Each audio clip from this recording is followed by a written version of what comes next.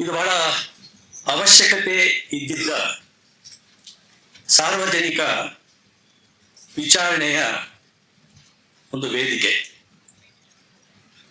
ನೀವು ನೊಂದು ನಿಮ್ಮ ಕಷ್ಟ ಕಾರ್ಪಣ್ಯಗಳಿಗೆ ಅಧಿಕಾರಿಗಳು, ನ್ಯಾಯಾಲಯಗಳು, ಸರ್ಕಾರ ನಿಮ್ಮ ನೆರವಿಗೆ ಕಾನೂನಿದ್ದರು, ಸಂವಿಧಾನ ಆಶಯಗಳಿದ್ದರು, ಸಂವಿಧಾನದಲ್ಲಿ ಅಂಬೇಡ್ಕರ್ ಅವರು ಕೊಟ್ಟಿರ್ತಕ್ಕಂತಹ ದೀನ ದಲಿತರಿಗೆ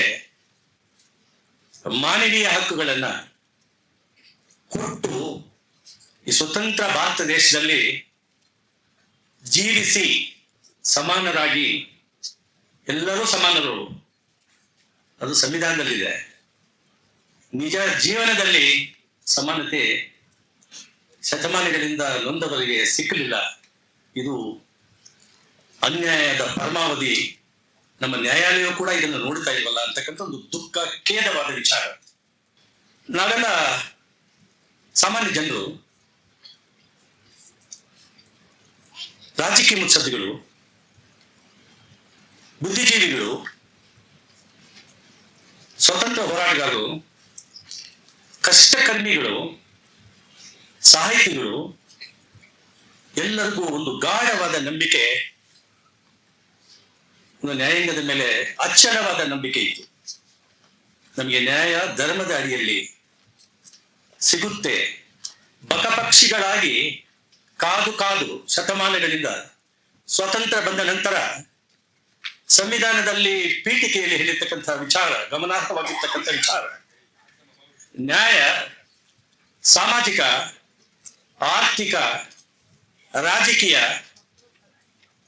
ನ್ಯಾಯ ಈ ದೇಶದ ಸಮಸ್ತ ಜನರಿಗೆ, ವಿಶೇಷವಾಗಿ ಶೋಷಣೆಗೆ ಒಳಪಟ್ಟಿರ್ತಕ್ಕಂತಹ,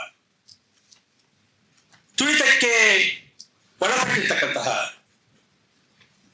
ಜನರಿಗೆ ಈ ನ್ಯಾಯವನ್ನ ನೀಡಬೇಕು ಅಂತ ಹೇಳಿ ಅಂಬೇಡ್ಕರ್ ಅವರ ಆ ಕನಸು ನನಸಾಗಲಿಲ್ಲ.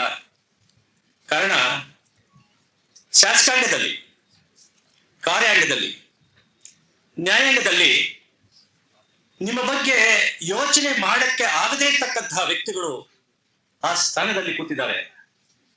ಆದ್ರಿಂದ ಅಂಬೇಡ್ಕರ್ ಅವರ ಬಗ್ಗೆ ಎಲ್ಲ ರಾಜಕೀಯ ಪಕ್ಷಗಳು, ಎಲ್ಲ ನ್ಯಾಯಾಲಯದ ನ್ಯಾಯಾಧೀಶರು ಭಾಷಣಗಳು ಉದ್ದಕ್ಕೂ ಕೂಡ ಭಾಷಣ ಮಾಡ್ತಾರೆ.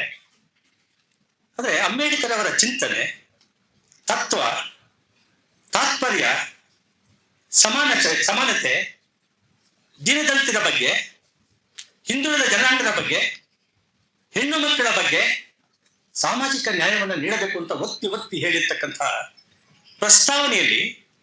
ಪ್ರಸ್ತಾವನೆಯ ವಿಚಾರವನ್ನ 13 ಜನ ನ್ಯಾಯಮೂರ್ತಿಗಳು ಕೇಶವಾನಂದ ಭಾರತಿ ಕೇಸ್ನಲ್ಲಿ ವ್ಯಾಖ್ಯಾನಿಸಿ ಪ್ರಪಂಚದಲ್ಲೇನೆ ಪ್ರಖ್ಯಾತಿಯನ್ನು ಪಡೆದಿರ್ತಕ್ಕಂತಹ ಚಾರಿತ್ರಿಕವಾಗಿರ್ತಕ್ಕಂಥ ತೀರ್ಪನ್ನ ನೀಡಿದ ಕೀರ್ತಿ, ಘನತೆ ಸರ್ವೋಚ್ಚ ನ್ಯಾಯಾಲಯಕ್ಕೆ ಇಂದಿಗೂ ಕೂಡ ಇದೆ.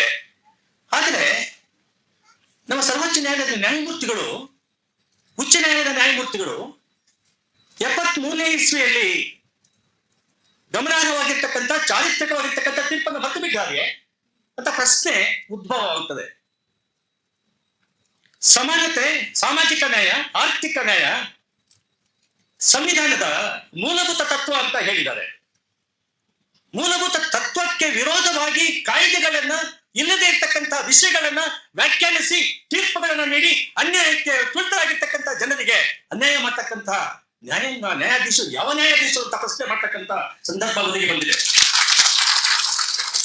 ಈ ವಿಚಾರವನ್ನ ಬಹಳ ನೋವಿನಿಂದ, ಬಹಳ ಜವಾಬ್ದಾರಿಯುತವಾಗಿ ಇದನ್ನು ನಿಮ್ಮ ಮುಂದೆ ಹೇಳ್ತಾ ಇದ್ದೀನಿ.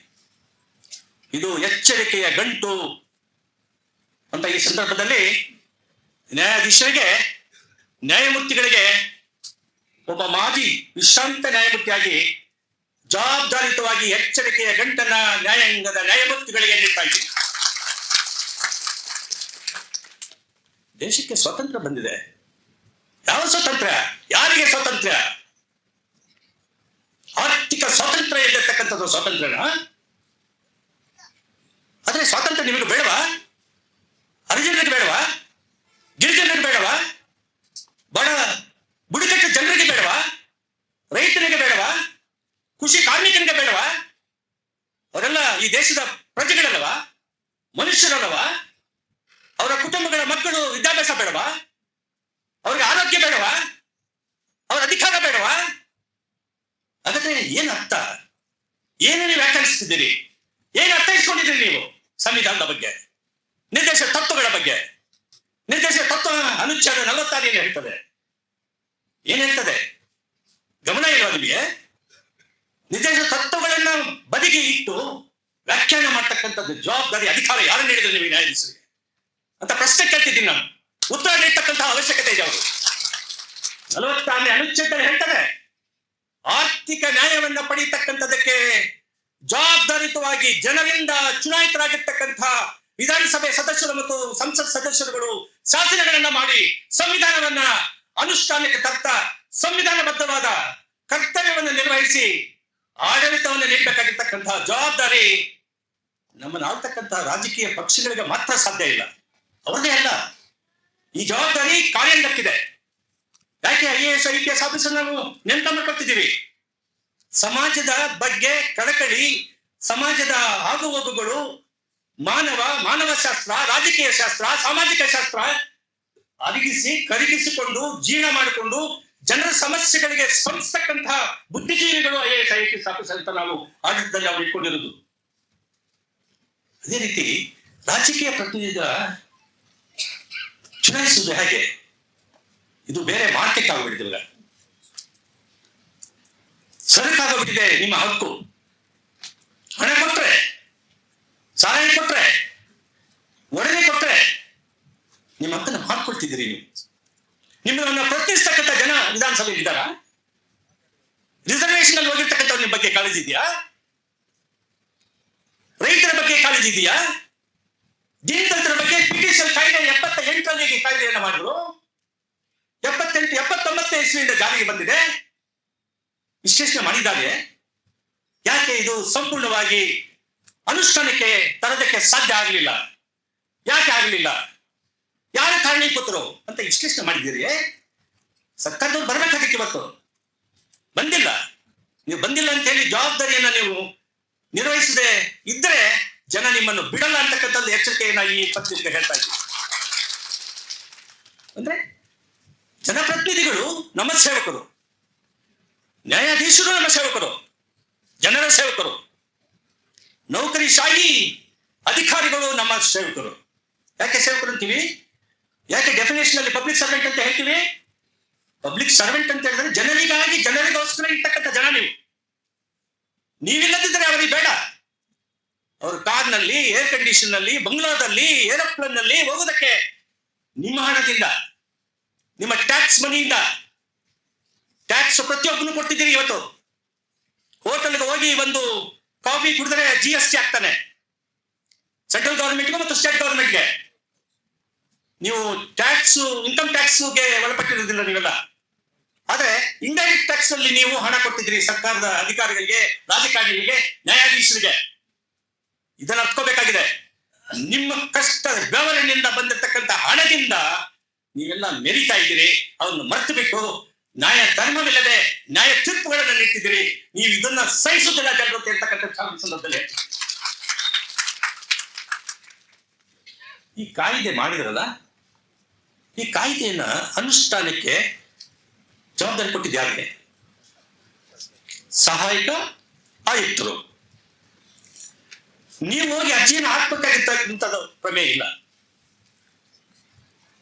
ಸ್ವಯಂವಾಗಿ ಈ ರೀತಿಯ ಹರಿಜನ, ಗಿರಿಜನರ ಗ್ರಾಂಟೆಡ್ ಲ್ಯಾಂಡ್ ಅನ್ನ ಮಾರಿರ್ತಕ್ಕಂಥವರು, ಮಾರಿರುವುದು ಗ್ರ್ಯಾಂಡ್ ಕಂಡೀಷನ್ಗೆ ಒಳಪಟ್ಟು ಮಾರಿದ್ದಾರೆ ಅಂತ ಹೇಳಿದ್ರೆ ಸುಮೋಟೋ ಅವರೇ ಕ್ರಮ ತಗೊಳ್ತಕ್ಕಂತಹ ಶಾಸನಬದ್ಧ ಕರ್ತವ್ಯ ಅಸಿಸ್ಟೆಂಟ್ ಕಮಿಷನರ್ಗಿದೆ.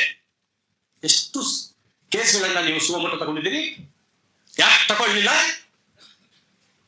ಹಕ್ಕನ್ನ ಈ ಜನರಿಗೆ ಕೊಟ್ಟಾಗ ಕಾಯ್ದೆಯಲ್ಲಿ ಇದನ್ನ ಸಂವಿಧಾನಬದ್ಧವಾದ ಆಡಳಿತವನ್ನ ಜವಾಬ್ದಾರಿತವಾಗಿರ್ತಕ್ಕಂಥ ಸರ್ಕಾರಗಳು ನಿರ್ವಹಿಸಬೇಕಾಗಿರ್ತಕ್ಕಂತಹ ಕೆಲಸವು ಸಂವಿಧಾನಬದ್ಧವಾದ ಕೆಲಸ ಅವ್ರಿಗಿದ್ರೆ ಅರ್ಜಿಗಳನ್ನ ಕೊಟ್ಟರೂ ಕೂಡ ನಮ್ಮ ಜಮೀನು ಗ್ರಾಂಟೆಡ್ ಲ್ಯಾಂಡ್ ಇದು, ನಮ್ಮ ತಾತನಿಗೆ ನಮ್ಮ ಅಪ್ಪನಿಗೆ ಗ್ರಾಂಟ್ ಮಾಡಿದ್ರು, ಫ್ರೀ ಗ್ರಾಂಟ, ಗೋಮರ್ ಫುಡ್ ಸ್ಕೀಮ, ಬಹುರಕಮ, ಇನಾಮ್ ಲ್ಯಾಂಡ, ಯಾವ ಲ್ಯಾಂಡ್ ಅಂತ ಡೆಫಿನೆಟ್ ಆಗಿ ಆಕ್ಟ್ ಅಲ್ಲಿ ಬಹಳ ಕೂಲಂಕುಷವಾಗಿದೆ.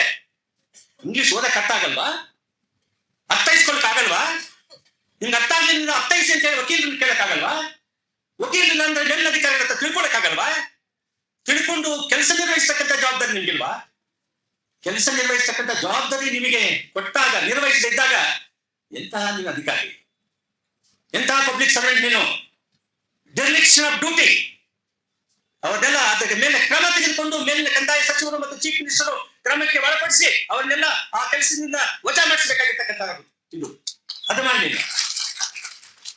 ಬರೀ ಕಂದಾಯ ಸಚಿವರು ಮೆರೀತಾ ಇದ್ರೆ, ನಾವು ಪ್ರಗತಿಪರ ಸರ್ಕಾರ ಅಂತ ಹೇಳ್ಕೊಳ್ತಾ ಇದ್ರೆ, ಈ ಜನರ ಬದುಕನ್ನು ಏನ್ ನೋಡ್ತಾ ಇದ್ದೀರಿ? ಇದರ ಬಗ್ಗೆ ಯಾರಾದರೂ ವಿಧಾನಸಭೆಯಲ್ಲಿ ಮಾತಾಡಿದ್ದಾರೆ? ಯಾಕೆ ಮಾತಾಡಲಿಲ್ಲ? ಯಾಕೆ ಟಿಪ್ಪಣಿ ಮಾಡಲಿಲ್ಲ? ನ್ಯಾಯಮೂರ್ತಿಗಳು ಸುಪ್ರೀಂ ಕೋರ್ಟ್ನವರು ತೀರ್ಪು ಅಸಂಬದ್ಧವಾದ ಅಸಂವಿಧಾನಿಕವಾಗಿರ್ತಕ್ಕಂಥ ಸುಪ್ರೀಂ ಕೋರ್ಟ್ ತೀರ್ಪುಗಳ ವಿರೋಧವಾಗಿ ತೀರ್ಪುಗಳನ್ನು ನೀಡಿದಾಗ ಅದರ ಬಗ್ಗೆ ಯಾಕೆ ಚಕಾರ ಮಾಡಲಿಲ್ಲ? ಪುಸ್ತಕದ ಪೇಪರ್ ನಲ್ಲಿ ಬರೀಲಿಲ್ಲ, ಟೆಲಿವಿಷನ್ ನಲ್ಲಿ ಮಾತಾಡಲಿಲ್ಲ ಅಂತ ಹೇಳಿ ಸಂದರ್ಭದಲ್ಲಿ ನಾವು ಪ್ರಶ್ನೆ ಮಾಡ್ತಾ ಇದ್ದೀವಿ. ತೀರ್ಪು ಕೊಟ್ರೆ ಅಸಮಂಜಸವಾಗಿರ್ತಕ್ಕಂಥ ತೀರ್ಪನ್ನು ನೀಡಿದರೆ, ಸಂವಿಧಾನಬದ್ಧವಾದ ತೀರ್ಪನ್ನು ನೀಡಿಲ್ಲ ಅಂದ್ರೆ ಜನರು ಒಪ್ಪುತ್ತಾರಂತೆ ನೀವು ತಿಳ್ಕೊಂಡಿದ್ರೆ ಈ ಸಮಾವೇಶನೇ ಸಾಕ್ಷಿ ನಿಮಗೆ ವಿರೋಧವಿದೆ ಅಂತ ಹೇಳಿ. ಇದು ನಿಲ್ಲಲ್ಲ. ಇಲ್ಲಿ ಫುಲ್ ಸ್ಟಾಪ್ ಅಲ್ಲ, ಇದು ಪ್ರಾರಂಭ. ಇನ್ನು ಮುಂದೆ ನದಿಗಳ ಪ್ರವಾಹ ಅರ್ಥ ಮಾಡ್ಕೋಬೇಕಾಗಿದೆ, ಸರ್ಕಾರ ಅರ್ಥ ಮಾಡ್ಕೋಬೇಕಾಗಿದೆ, ಅಧಿಕಾರಿಗಳು ಅರ್ಥ ಮಾಡ್ಕೋಬೇಕಾಗಿದೆ, ನ್ಯಾಯಮೂರ್ತಿಗಳು ಕೂಡ ಅರ್ಥ ಮಾಡ್ಕೊಳ್ಳಿಲ್ಲ ಅಂತ ಹೇಳಿದ್ರೆ ನಿಮ್ಮ ಕೈ ಮೀರಿ ನಿಮ್ಮ ಎಕ್ಸಿಸ್ಟೆನ್ಸ್ಗೆ ತಾಪತ್ರಯ ಬರ್ತದೆ ಅಂತಕ್ಕಂಥದ್ದನ್ನ ಈ ಸಂದರ್ಭದಲ್ಲಿ ಹೇಳ್ತಿದ್ದೀನಿ. ಸ್ವತಂತ್ರ ಭಾರತ ದೇಶ ಇದು, ಎಲ್ಲರೂ ಸಮಾನರು ಅಂತ ಹೇಳಿರ್ತಕ್ಕಂಥ ಅಂಬೇಡ್ಕರ್ ಅವರ ಅನುಚ್ಛೇದ 14, ಎಲ್ಲರಿಗೂ ಆರ್ಥಿಕ ಸ್ವಾವಲಂಬನೆ ಬೇಕು ಅಂತ ಹೇಳಿರ್ತಕ್ಕಂಥದ್ದು ಅಂಬೇಡ್ಕರ್ ಅವರು, ಎಲ್ಲರಿಗೂ ಸಾಮಾಜಿಕ ನ್ಯಾಯ ನೀಡಬೇಕು ಅಂತಕ್ಕಂಥದ್ದು ಅಂಬೇಡ್ಕರ್ ಅವರು.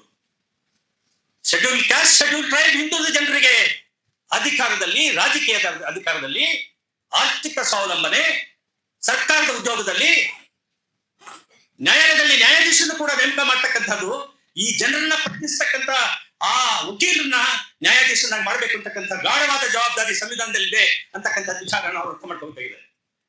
ದುರಂತ ಈ ದೇಶದ್ದು. ನಿಮ್ಮನ್ನ ಪ್ರಶ್ನಿಸ್ತಕ್ಕಂಥ ಜನರು ನಿಮ್ಮನ್ನ ಬರ್ತಿ ಬಿಡ್ತಾರೆ. ಗುಡಿಸಲುಗಳಲ್ಲಿ ದೀಪವಿಲ್ಲದೆ, ಶೌಚಾಲಯಗಳಿಲ್ಲದೆ, ಬೆಳಕಿಲ್ಲದೆ, ಕುಡಿಯುವ ನೀರಿಲ್ಲದೆ ವಾಸ ಮಾಡ್ತಕ್ಕಂತಹ ಜನರ ಸಂಕಷ್ಟಗಳನ್ನು ಅರ್ಥ ಮಾಡ್ಕೊಳ್ತಾ ಇರ್ತಕ್ಕಂತಹ ರಾಜಕಾರಣಿ, ರಾಜಕೀಯ ಪಕ್ಷಗಳು, ಸರ್ಕಾರಗಳು ಎಂತಹ ಸರ್ಕಾರ? ಇದನ್ನ ಅರ್ಥ ಮಾಡ್ಕೊಳ್ಳದೆ ಇರ್ತಕ್ಕಂಥ ಎಂತ ನ್ಯಾಯಾಂಗ? ಅದು ನ್ಯಾಯಾಂಗ ಅನ್ಬೇಕೆ? ನ್ಯಾಯ ತೀರ್ಪುಗಳು ಧರ್ಮದಾದಿಯಲ್ಲಿ ನಡೀತಿದೆಯೇ? ಯಾವ ರೀತಿ ನೀವು ಮಾಡಿದ್ದೀರಿ? ಯಾಕೆ ಮಾಡಿದ್ದೀರಿ? ಎಂಥ ಸಂದರ್ಭದಲ್ಲಿ ನಿಮ್ಮ ತಂದೆ ತಾಯಿಯಂದರು ಮಾಡಿದ್ದಾರೆ? ಅನಕ್ಷರಸ್ಥರು. ಒಂದು ಗ್ರಾಮದಲ್ಲಿ ಹರಿಜನ ಗಿರಿಜನ ಕೇರಿಯಲ್ಲಿ ಒಬ್ಬ ದೊಡ್ಡ ಮನುಷ್ಯ ಇವಾಗ ಓಟಿಗೆ ಕೇಳಕ್ಕೆ ಹೋಗ್ತಾರೆ. ಅವ್ರ ಮನೆಯಲ್ಲಿ ಕೂತ್ಕೊಂಡು ಅವರು ಸಂಕಷ್ಟಗಳನ್ನು ಕೇಳ್ತಕ್ಕಂಥ ಮನೋಭಾವನೆ ನಿಮಗಿದೆಯಾ? ಅವ್ರ ಜನರಲ್ವಾ? ಮನುಷ್ಯರಲ್ವ? ಅವರು ಮಾರಿರುವುದು 100 ರೂಪಾಯಿಗೆ, 50 ರೂಪಾಯಿಗೆ ಆ ಜಮೀನು. ಆದ್ದರಿಂದ ಯಾವುದೋ ಕಾಲದಲ್ಲಿ ತಾತ ಮುತ್ತಾಂದ್ರು ಮಾರಿರ್ತಕ್ಕಂಥ ಜಮೀನನ್ನ ನೀವು ವಾಪಸ್ ಪಡೆಯಬಹುದು ಅಂತ ಹೇಳಿ ಶಾಸನವನ್ನ ಮಾಡಿದ್ದಾರೆ.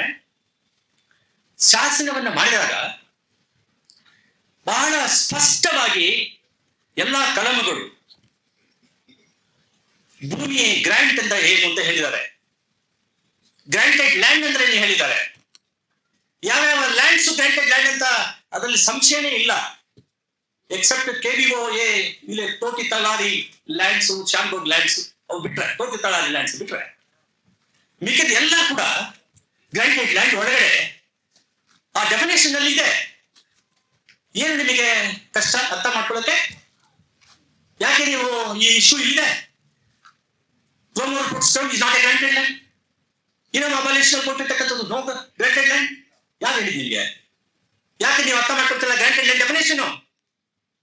ಅದು ಅರ್ಥ ಮಾಡ್ಕೊಳ್ಳಿ ಅಂದ್ರೆ ವಕೀಲರು ಎಷ್ಟು ಹೇಳಕ್ ಹೋದ್ರು ಕೂಡ ಕೇಳಲ್ಲ ಅಂತಕ್ಕಂಥ ಮಾತುಗಳು ಕೂಡ ಇಲ್ಲಿ ಬರ್ತಾ ಇದೆ. ಅಂದ್ರೆ ನಿಮಗೆ ಇಷ್ಟ ಬಂದವರಿಗೆ ಕಾರ್ಪೊರೇಟ್ ಲಾಯರ್ಗಳು ಮಾತ್ರ ಕೇಳುದಾ? ಒಬ್ಬ ಭಿಕ್ಷುಕಾರ ನಿಮ್ಮ ಹತ್ರ ಬಂದ್ರೆ ಕೇಳ್ತಕ್ಕಂತಹ ಜವಾಬ್ದಾರಿ ನಿಮ್ದಿದೆ, ಕರ್ತವ್ಯ. ನ್ಯಾಯಾಧೀಶರು, ಅಧಿಕಾರಿಗಳು ಯಾಕೆ ಕೇಳಲ್ಲ ನಿಮ್ಮ ಅಹವಾಲನ್ನ? ನೀವು ಪ್ರಜೆಗಳಲ್ವಾ? ನೀವು ಕಕ್ಷಿಗಳಾಗಿ ನೀವು ಅನ್ಯಾಯ ಆಗಿದ್ದಂತೆ ನ್ಯಾಯಾಲಯಕ್ಕೆ ಹೋಗುದು ಬೇಡವಾ? ಹೋದಾಗ ನೀವು ಶನಿ ಅನಿಷ್ಟ ಯಾವ ಮನಸ್ಥಿತಿ ನಿಮ್ದು? ನಿನಗೆ ಅವನು ಹೇಳ್ತಾರೆ ನನ್ನ ಸೇವಕ ನಿಂತಿದ್ದೆ ಕೇಳ ಅಂತ ಕೇಳಿದ್ರೆ ನೀನೇನ್ ಹೇಳ್ತೀಯ? ಅವಾಗ ಉತ್ತರ ಹೇಳ್ತೀಯಾ? ಆ ಪರಿಸ್ಥಿತಿ ಬದಗಬಾರದು ಅಂತಂದ್ರೆ ಎಚ್ಚರಿಕೆಯ ಮಾತನ್ನ ಹೇಳ್ತಾ ಇದ್ದೀನಿ. ಆ ದಿವಸಗಳು ಇನ್ನೇನು ದೂರವಿಲ್ಲ, ಹತ್ತಿರವಿದೆ. ನೀವು ಸರಿಪಡಿಸ್ಕೊಳ್ಳಿಲ್ಲ ಅಂದ್ರೆ ನಿಮ್ಮ ಕಾರ್ಯವೈಖರಿ ಸರಿ ಇರಬೇಕು, ನಿಮ್ಮ ಮನಸ್ಥಿತಿ ಸರಿ ಇರಬೇಕು, ನಿಮ್ಮ ವರ್ಗದ ಗುಣನ ಬದಲಾವಣೆ ಮಾಡಬೇಕು. ಬರೀ ಹರಿಜನರು ಗಿರಿಜನರು ಅಂತ ಹೇಳಿದ್ರೆ ಮೇಲ್ವರ್ಗದ ಜನ ಅನಿಷ್ಟರ ಕಷ್ಟಕರ್ಮಿಗಳಲ್ವಾ? ಅವರ ಕಷ್ಟದಿಂದ ನೀವು ಜೀವನ ಮಾಡ್ತಿಲ್ವಾ? ಮನೆ ಕೆಲಸ ಮಾಡಿದವರು, ಬಟ್ಟೆ ಒಗೆಯುವುದವರು, ಹೊಲವನ್ನೇ ಉಳುಮೆ ಮಾಡಿದವರು, ಕೊಯ್ಯುವುದವರು, ಹಾರ್ವೆಸ್ಟ್ ಮಾಡಿದವರು, ಹಾಲು ಹಸುಗಳನ್ನು ಮೇಯಿಸುವುದವರು, ಎತ್ತುಗಳನ್ನು ಸಾಕುವುದವರು, ಹಣ್ಣು ಹಂಪಲುಗಳನ್ನು ಬೆಳೆಯುವುದವರು. ಆದ್ರೆ ಅವ್ರಿಗೆ ಅನ್ಯಾಯ ಆಗಿದೆ, ನಮ್ಗೆ ನ್ಯಾಯ ಮಾಡಿ ಸರ್ಕಾರ ಶಾಸನ ಮಾಡಿರುವಾಗ ಅದನ್ನ ಯಾವ ರೀತಿ ವ್ಯಾಖ್ಯಾನ ಮಾಡಿಸ್ತೀರಿ? ನೀವು ನೀವು ಮನುಷ್ಯರ ಪ್ರಾಣಿಗಳ? ಪ್ರಾಣಿಗಳಿಗೂ ಕೂಡ ಬುದ್ಧಿ ಇದೆ. ನಿಮಗೆ ನ್ಯಾಯ ತಜ್ಞರು ಅಂತ ಹೇಳಿ ಸರ್ವೋಚ್ಚ ನ್ಯಾಯಾಲಯ ಮತ್ತು ಉಚ್ಚ ನ್ಯಾಯಾಲಯಕ್ಕೆ ನ್ಯಾಯಮೂರ್ತಿಗಳಾಗಿ ಮಾಡಿದ್ರೆ ಜನರು ಸಾಯ್ತಿದ್ದಾರೆ, ಅವ್ರಿಗೆ ನ್ಯಾಯ ಕೊಡಿ, ಸಾಮಾಜಿಕ ನ್ಯಾಯ ಅಂತ ಬಂದು ಹೋದಾಗ ಈ ರೀತಿ ನೀವು ನಡ್ಕೊಳ್ಳೋದು ಅಂತ ಪ್ರಶ್ನೆ ನಾನು ಕೇಳ್ತಿದ್ದೀನಿ. ಕಂಟೆಂಪ್ಟ್ ಮಾಡಿದ್ರೆ ಕಂಟೆಂಪ್ಟ್ ಅಲ್ಲ ಇದು. ನಿಮ್ಮ ನಡವಳಿಕೆಗಳ ಬಗ್ಗೆ ಟೀಕೆ ಟಿಪ್ಪಣಿ ಮಾಡ್ತಕ್ಕಂತಹ ಅಧಿಕಾರ, ಹಕ್ಕು ಡಾಕ್ಟರ್ ಅಂಬೇಡ್ಕರ್ ಅವರು 19ನೇ ಅನುಚ್ಛೇದದಲ್ಲಿ ನಮ್ಗೆ ಕೊಟ್ಟಿದ್ದಾರೆ, ಎಲ್ಲರಿಗೂ ಕೊಟ್ಟಿದ್ದಾರೆ. ಭಯ ಪಡಬೇಡಿ, ನೀವು ಭಯ ಪಡುವ ಅವಶ್ಯಕತೆ ಇಲ್ಲ. ಆದ್ರಿಂದ ಇದು ಯಾವ್ದು ಇಶ್ಯೂ? ಗ್ರಾಂಟೆಡ್ ಲ್ಯಾಂಡು ಬ್ರಹ್ಮರ್ ಫುಡ್ ಸ್ಕೀಮ್ ಇಂದ ಗ್ರಾಂಟ್ ಮಾಡಿದ್ದಿಲ್ಲ. ಬಗುರುಕಂ ಲ್ಯಾಂಡ್ ನಲ್ಲಿ 94 ನಾನು ಸಂವಿಧಾನಬದ್ಧವಾಗಿದೆ ಅಂತ ತೀರ್ಪು ನೀಡಿದ್ದೀನಿ 2008ರಲ್ಲಿ. ಎಷ್ಟು ಜನರು ಗೋಮಾಳ ಲ್ಯಾಂಡ್ ನಲ್ಲಿ ಬಗುರುಕಂ ನಲ್ಲಿ ಇದ್ದಾರೆ? ಆ ಲ್ಯಾಂಡ್ ಅನ್ನು ಗ್ರಾಂಟ್ ಮಾಡುವಾಗ ಕಂಡೀಷನ್, ನಾನ್ ಏಲಿಯೇಷನ್ ಕಂಡೀಷನ್ ಬರೋದಿಲ್ವಾ? ಫ್ರೀ ಗ್ರಾಂಟ್ ಅಲ್ವಾ? ಫ್ರೀ ಗ್ರಾಂಟ್ಗೂ ಅಬ್ಸೆಕ್ಟ್ ಪ್ರೈಸ್ಗೂ ಏನು ಸಂಬಂಧ, ಏನು ವ್ಯತ್ಯಾಸ? ಅಬ್ಸೆಕ್ಟ್ ಪ್ರೈಸ್ ಮಾರ್ಕೆಟ್ ವ್ಯಾಲ್ಯೂನಾ? ಅಬ್ಸೆಕ್ಟ್ ಪ್ರೈಸ್ ಕೊಟ್ಟು ನಿಮಗೆ ಶೆಡ್ಯೂಲ್ ಕಾಸ್ಟ್, ಶೆಡ್ಯೂಲ್ ಟ್ರೈಬ್ಗೆ ರೂಲ್ಸ್ ಏನಿದೆ? ಎಷ್ಟು ಜನ ಶೆಡ್ಯೂಲ್ ಕಾಸ್ಟ್ ಇದ್ದಾರೆ, ಎಷ್ಟು ಜನ ಲ್ಯಾಂಡ್ ಇಲ್ಲ ಅವ್ರಿಗೆ, ಯಾಕೆ ಲ್ಯಾಂಡ್ ಕೊಡಬಾರ್ದು, ಲ್ಯಾಂಡ್ ಯಾಕೆ ಕೊಡಬೇಕು ಅಂತಕ್ಕಂಥದ್ದು ಸಂವಿಧಾನದ ನಿರ್ದೇಶ ತತ್ವಗಳಲ್ಲಿ 38B ನಲ್ಲಿದೆ, 39B ನಲ್ಲಿ ನಿರ್ದೇಶ ತತ್ವಗಳಲ್ಲಿ ಏನಂತಿದೆ? Material resource belong to the common good ಅಂದ್ರೆ ಏನರ್ಥ? ಭೂಮಿ, ನೀರು ಎಲ್ಲ ಕೂಡ ಎಲ್ಲರಿಗೂ ಸಂಬಂಧಪಟ್ಟಿರ್ತಕ್ಕಂಥದ್ದು. ಬರೀ ಗೌರರಿಗೆ, ಶಾನ್ಭೋಗರಿಗೆ, ಅಧಿಕಾರಿಗಳಿಗೆ ಹೆಸರಿನಲ್ಲಿರ್ತಕ್ಕಂಥದ್ದಲ್ಲ, ಎಲ್ಲ ಜನರ ಸೊತ್ತು ಭೂಮಿ. ಇದೆಲ್ಲ ಅರ್ಥ ಮಾಡ್ಕೋಬೇಕಾಗಿದೆ. ಇದು ಇಂಪಾರ್ಟೆಂಟ್. ಆರ್ಟಿಕಲ್ 39B ಹೇಳ್ತದೆ, 46ನೇ ಅನುಚ್ಛೇದ ಹೇಳ್ತದೆ ಆರ್ಥಿಕ ಸ್ವಾತಂತ್ರ್ಯಕ್ಕೋಸ್ಕರ ಅಂತ. ಸುಪ್ರೀಂ ಕೋರ್ಟ್ ನಾವು ತೀರ್ಪು ನೀಡಿದ್ದೀವಿ 80ನೇ ಇಸ್ವಿಯಲ್ಲಿ ಓರ್ಗಾ ಟೆಲಿಸ್ ನಲ್ಲಿ. 86ನೇ ಇಸ್ವಿಯಲ್ಲಿ ಓರ್ಗಾ ಟೆಲಿಸ್ ಅಂತಕ್ಕಂಥವರು ಬಾಂಬೆ ಜರ್ನಲಿಸ್ಟು, ಅವರು ಸ್ಲಮ್ ಡೀಲರ್ಸ್ ನ ಎವಿಕ್ಟ್ ಮಾಡುವಾಗ ಅಲ್ಲಿ ಹೋದಾಗ 5 ಜನ ನ್ಯಾಯಮೂರ್ತಿಗಳು, ಜಸ್ಟಿಸ್ ಚಂದ್ರಚೂಡ್, ಈ ಚಂದ್ರಚೂಡ್ ಅಲ್ಲ, ಅವರ ಅಪ್ಪನ ಚಂದ್ರಚೂಡ್, ಏನ್ ಹೇಳಿದ್ರು? ಸುಪ್ರೀಂ ಕೋರ್ಟ್ ಅಮೆರಿಕಾದ 1957ನೇ ಇಸ್ವಿ ತೀರ್ಪನ್ನ ಓವರ್ರೂಲ್ ಮಾಡಿರ್ತಕ್ಕಂಥ ತೀರ್ಪನ್ನ ಇಲ್ಲಿ ಫಾಲೋ ಮಾಡಿದ್ದಾರೆ. ಏನಂತ ಹೇಳಿದ್ದಾರೆ ಅಲ್ಲಿ? ಜೀವನ ಅಂದರೆ ಪ್ರಾಣಿಗಳ ಜೀವನ ಅಲ್ಲ. ಜೀವನ ಮಾಡಿಸ್ತಕ್ಕಂಥ ಹಕ್ಕು ಪ್ರತಿಯೊಬ್ಬನಿಗೂ ಮತಭೇದವಿಲ್ಲದೆ, ಜಾತಿ ಭೇದವಿಲ್ಲದೆ, ಉಪಜಾತಿ ಭೇದವಿಲ್ಲದೆ, ವರ್ಣ ಭೇದವಿಲ್ಲದೆ ಇದೆ. ಜೀವನದ ಹಕ್ಕು ಅನುಚ್ಛೇದ 21, ಲೈಫ್ ಇನ್ಕ್ಲೂಡ್ಸ್ ಲೈವ್ಲಿಹುಡ್. ಯಾರಿಗೆ ಲೈಫ್? ಎಲ್ಲರಿಗೂ ಲೈಫ್ ಇದೆ. ಲೈಫ್ ಏನು ಗಾಳಿ ಕುಡ್ಕೊಂಡ ಲೈಫಾ ಜೀವನ ಮಾಡೋದ? ಒಂದು ಬಾಟಲ್ ನೀರು ಇವಾಗ ನಾವು ತಗೋಬೇಕಂದ್ರೆ 80 ರೂಪಾಯಿ, ಅದೇ ಕಾಣಬೇಕಲ್ಲ. ಏನು ಉಪವಾಸ ಇದ್ದು ಜೀವನ ಮಾಡಕ್ಕಾಗುತ್ತಾ? ನೀವು ಸಾಯೋದಕ್ಕೂ ಕೂಡ ಆಗುದಿಲ್ಲ ಅಂತ ಹೇಳಿ BNS ಕಾಯ್ದೆಯಲ್ಲಿ ಪ್ರಹಿಬಿಷನ್ ಇದೆ, ನಿಷೇಧ ಇದೆ. ಅಂದ್ರೆ ನೀವು ಜೀವಿಸ್ಬೇಕಲ್ಲ, ಯಾಕೆ ಜೀವಿಸ್ಬೇಕು? ಆ ಜೀವಿಸ್ಬೇಕಾದ್ರೆ ಜಮೀನು ಬೇಕು, ಇಲ್ಲಾಂದ್ರೆ ಉದ್ಯೋಗ ಬೇಕು. ಉದ್ಯೋಗ ಅಂದ್ರೆ ಭೂಮಿ ಬೇಕು. ನೀವೆಲ್ಲರೂ ಕೂಡ ಕಷ್ಟಕರ್ಮಿಗಳು, ಭೂಮಿ ಮೇಲೆ ಕೆಲಸ ಮಾಡಿ ಜೀವನದ ಬದುಕನ್ನು ಕಟ್ಕೊಳ್ತಕ್ಕಂಥ ಜನ. ನಿಮಗೆ ಭೂಮಿ ಬೇಡವಾ? 100 ಎಕರೆ ಜಮೀನು, ಯಾರ ಮಾಲೂರಿನಲ್ಲಿ 50 ಎಕರೆ ಅಂತ ಹೇಳ್ತಾ ಇದ್ರಲ್ಲ ಯಾರೊಬ್ರು, 50 ಎಕರೆ ಜಮೀನು ನೀನು ಎದುರಿಸ್ತೀಯ, ನೀನು ಹೇಳಿದ್ದು ಎದುರಿಸ್ತೀಯ, ನೀನು ಎದುರಿಸ್ತೀಯ, ಕಮಿಟಿ ಮೆಂಬರ್ ಎದುರಿಸ್ತೀಯ, ನೀನು ಎದುರಿಸು, ನೋಡ್ಕೊಳ್ಳೋಣ, ನಾನು ಏನ್ ಮಾಡ್ತಾ ನೋಡ್ತೀನಿ. ಎದುರ್ಸಯ, ಯಾಕೆ ಭಯ ಪಡ್ತೀಯ ನೀನು? ಎದುರಿಸು, ನೀನು ನೋಡೋಣ. ಅವಾಗ ನಿಂತ್ಕೋ ಎದುರಿಗೆ, ಎದುರಿಸ್ತೀಯ ನೀನು. 50 ಎಕರೆ ಜಮೀನು ಒಬ್ಬನಿಗೆ ಕೊಡೋದು, ಜಮೀನು ಇಲ್ಲದವನು 10 ಜನರಿಗೆ ಗುಡಿಸಲಲ್ಲಿರೋದ ಯಾವ ನ್ಯಾಯ ಇದು? ಇದ ಹೇಳಿದ್ದು ಅಂಬೇಡ್ಕರ್ ಅವರು, ಇದ ಹೇಳುವುದು ಅನ್ನೋದು 14ನೇ ಅನುಚ್ಛೇದ. 14ನೇ ಅನುಚ್ಛೇದ ಸಮಾನತೆ. ಯಾವ ಸಮಾನತೆ? ಆರ್ಥಿಕ ಸಮಾನತೆ.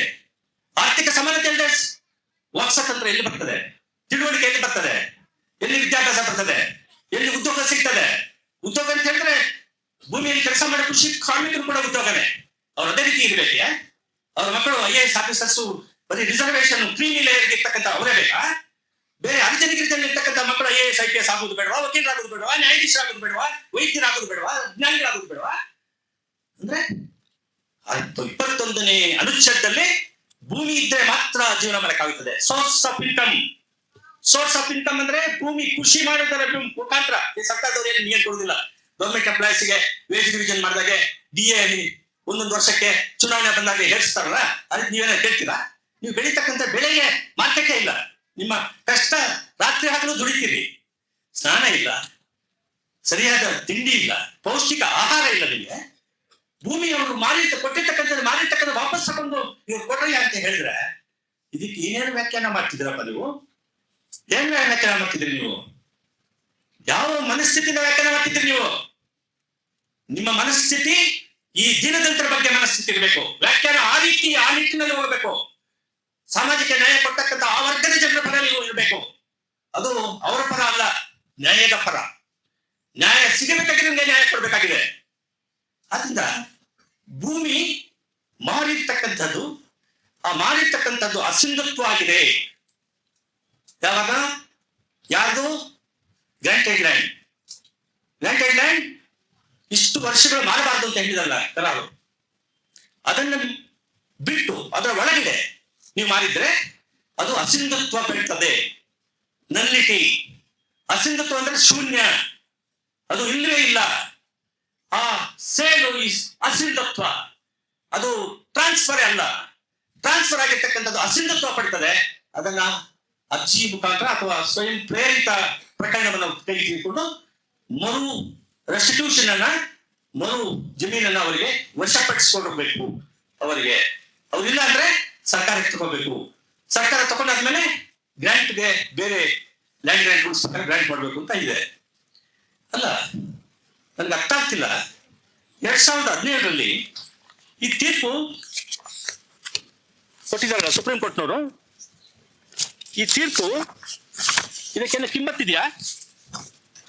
ಇದಕ್ಕೆ ಕಿಮ್ಮತ್ತಿಲ್ಲ ಅಂತ ಹೇಳ್ತೀನಿ ನಾನು. ಇದು ತೀರ್ಪು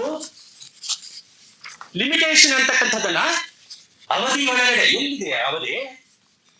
ಯಾರು ಹೇಳಿದ್ದಾರೆ? ನೀ ನ್ಯಾಯಮೂರ್ತಿ ಹೇಳ್ತಿದ್ಯಾ? ನ್ಯಾಯ ಕೊಡೋದು ಯಾವ ರೀತಿ? ಶಾಸನಬದ್ಧವಾಗಿ ನ್ಯಾಯ ಕೊಡ್ಬೇಕಾಗಿದೆ. ಯಾವ ಕಲಂನಲ್ಲಿ? 5ನೇ ಕಲಂನಲ್ಲಿ schedule caste land, granted land within nomination period ಮಾಡಿದ್ರೆ ಅದು ಅಸಿಂಧುತ್ವ ಅಂತ ಏನು ಅರ್ಜಿ ಹಾಕ್ತಾರಲ್ಲ, ಕಾಲಮಿತಿ ಇದೆಯಾ? ಎಲ್ಲಿ ಕಾಲಮಿತಿ ಇದೆ? ಲಿಮಿಟೇಷನ್ ಆಕ್ಟ್ ಅಪ್ಲೈ ಆಗ್ತದ? ಲಿಮಿಟೇಷನ್ ಆಕ್ಟ್ ಅಪ್ಲೈ ಆಗಲಿಲ್ಲ ಅಂದ್ರೆ ಯಾಕೆ ನಿಮಗೆ ರೀಸನಬಲ್ ಪೀರಿಯಡ್? ಯಾವುದು ರೀಸನಬಲ್ ಪೀರಿಯಡ್? ಅಸಿಂಧುತ್ವ ಶೂನ್ಯ, ಅಲ್ಲಿ ಯಾವಾಗಲೂ ಶೂನ್ಯನೇ.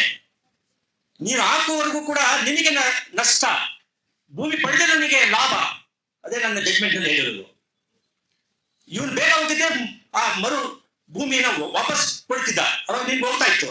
ಅದೇ ನೀನು ಲೇಟ್ ಆಗಿ ಬಂದ್ರೆ ನಿನಗೆ ಅದರ ಪ್ರತಿಫಲ ಸಿಕ್ಕಿದೆ. ಯಾರಿಗೆ? ಪರ್ಚೇಸ್ ಮಾಡಿರೋನಿಗೆ. ನಿನಗೆ ಲಾಸು. ಎಲ್ಲಿಂದ ತಂದೆ ಕಾನೂನನ್ನ? ಕಾಲಮಿತಿ. ಯಾರು ನಿನ್ಗೆ ಅಧಿಕಾರ ಕೊಟ್ಟಿದ್ದು? ಅಂದ್ರೆ ಸೆಕ್ಷನ್ 5ಗೆ ಕಾಲಮಿತಿ ಸೇರಿಸ್ತೀಯ ನೀನು ನ್ಯಾಯಮೂರ್ತಿ? ನಿನಗೆ ಏನ್ ಅಧಿಕಾರ? ಶಾಸನಬದ್ಧವಾಗಿ ಸಂವಿಧಾನಬದ್ಧವಾಗಿ ತೀರ್ಪನ್ನು ನೀಡ್ತಕ್ಕಂಥದ್ದು ನಿನ್ನ ಅಧಿಕಾರದ ವ್ಯಾಪ್ತಿ.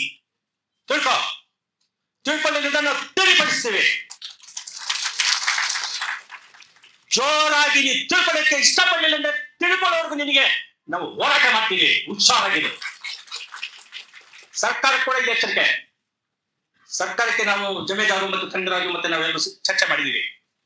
ಯಾವ ರೀತಿ ಇದನ್ನ ಅನುಷ್ಠಾನಕ್ಕೆ ತರಬೇಕು, ಯಾವ ರೀತಿ ಸುತ್ತೋಲೆಗಳನ್ನ ಅಸಿಸ್ಟೆಂಟ್ ಕಮಿಷನರ್ಗೆ ಮತ್ತು ಡೆಪ್ಯೂಟಿ ಕಮಿಷನರ್ಗೆ ವಂಡರ್ಫುಲ್ ಆಗಿ ನಮ್ಮ ಇವರು ಜಮೀದಾರ್ ಅವರು ಸಲಹೆ ನೀಡಿದ್ದಾರೆ. ಅದನ್ನು ಇನ್ಕಾರ್ಪೊರೇಟ್ ಮಾಡಿ ನಾವು ಇಂಟರ್ವ್ಯೂ ರಿಪೋರ್ಟ್ ಅಲ್ಲಿ ಕೊಡ್ತೀವಿ.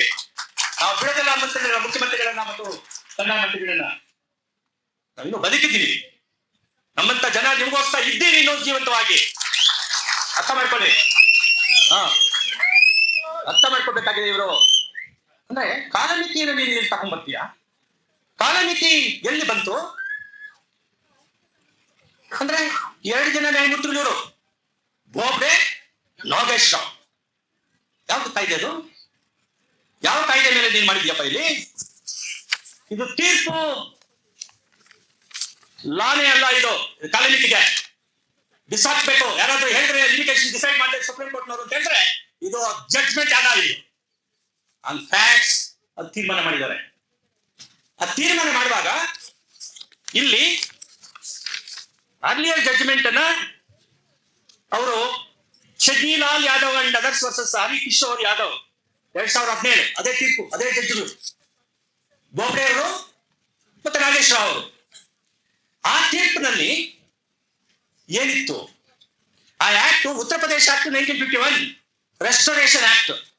ಅರಿಯರ್ಸ್ ಕಟ್ಟಲಿಲ್ಲ ಅಂದ್ರೆ ಭೂಮಿ ಸರ್ಕಾರ ತಕೊಂಡ್ರೆ ಆ ಜನರಿಗೆ, ಕಳ್ಕೊಂಡಿರ್ತಕ್ಕಂಥ ಜನರಿಗೆ ಮರು ವಾಪಸ್ ಪಡಿತಕ್ಕಂಥ ಭೂಮಿಗೆ ಹಕ್ಕನ್ನು ನೀಡಿದ್ರಲ್ಲಿ. ಅಲ್ಲಿ ಟ್ರಾನ್ಸ್ಫರ್ ಮಾಡಿರ್ತಕ್ಕಂಥದ್ದು ನಲ್ ಅಂಡ್ ವಾಯ್ಡ್ ಅಂತ, ಶೂನ್ಯ ಅಂತ ಹೇಳಿರಲಿಲ್ಲ ಆ ಕಾಯ್ದೆಯಲ್ಲಿ. ಈ ಕಾಯ್ದೆಯಲ್ಲಿ ಸೆಕ್ಷನ್ 4ರಲ್ಲಿ ಶೂನ್ಯ ಅಂತ ಹೇಳಿದ್ದಾರೆ. ಯಾವಾಗಲೂ ಶೂನ್ಯನೇ ಅದು. 20 ವರ್ಷ ಆಗ್ಲಿ 30 ವರ್ಷ ಆಗ್ಲಿ ಆದ್ಮೇಲೆ ಹಾಕಿದ್ರು ಕೂಡ ಶೂನ್ಯನೇ. ಪ್ರತಿ ಕ್ಷಣ ಕೂಡ ರಿಕರಿಂಗ್ ಕಾಸ್ ಆಫ್ ಆಕ್ಷನ್. ನೀವು ಯಾವತ್ತು ಆಗ್ತೀಯೋ ಅವತ್ತು ಕಾಸ್ ಆಫ್ ಆಕ್ಷನ್ ಇದೆ. ಅದಕ್ಕೆ ಕಾಸ್ ಆಫ್ ಆಕ್ಷನ್ ಇರುವಾಗ ನಿಮ್ಮ ಹಕ್ಕನ್ನ ಚಲಾಯಿಸಿ ಅರ್ಜಿ ಹಾಕುವಾಗ ಅದಕ್ಕೆ ಊರ್ಜಿತ ಆಗುತ್ತದೆ. ಲಿಮಿಟೇಷನ್ ಅಪ್ಲೈ ಆಗಲ್ಲ. ನನಗೆ ಅರ್ಥ ಮಾಡ್ಕೋ ಸರಿಯಾಗಿ.